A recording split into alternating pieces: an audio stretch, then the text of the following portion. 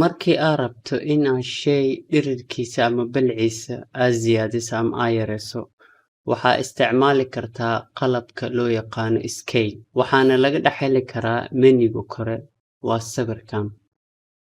Klik ku dheh.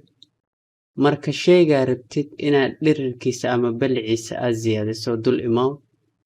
Klik ku dheh. Waxaa ku soo dul wareegsamaya box calaamado jaalle leh iyo dhibco yaryar oo green ah. Haddaa ka qaban oo kale boqosyadan cagaarka kuwa geesaha jiro, haddaa klik ku dhahan oo kale, kursiga wuxuu u fidsamayaa dhinac walbo. Haddaa niitus oo kale, klik ayaa ku leeyahay waa sii deynayaa. Markaa jiida fiiri. Dhinac walbo ayuu u weyneynayaa ama u yareynayaa. Si isla eg. Escape dheh si oo booskiisa hore ugu noqdo. Escape taawo. Haddaa ka qabano dhibacyada cagaarka ah oo dhexda ku aadan, laba dhinac ayuu kursiga u fidsamayaa. Klik ku dheh siidaay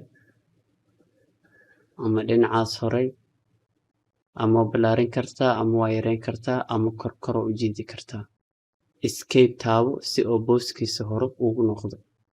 Haddaa ka qabanane boqosyada cagaarka kuwa dhexda ku jiro sida kan oo kale, wuxuu u kala fidinayaa kursiga si kor ah ama si hoose. Escape taawo si oo ugu noqdo booskiisa hore. Marka anaga hadda waxaa rabnaa inaan kursigan fidino, aan dhirirkiisa siyaadino. Marka haddoo kale waxaa suubinayaa, waxaa ka qabanayaa boxka cagaarka oo dhexda ku jiro midkaan. Klik ku dheh siidaay, kadib jiid.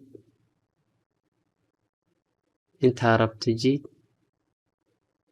Hadda waxaa geenaynaa oo kale ilaa intaan ayaa dhirirkiisa ka dhigaynaa.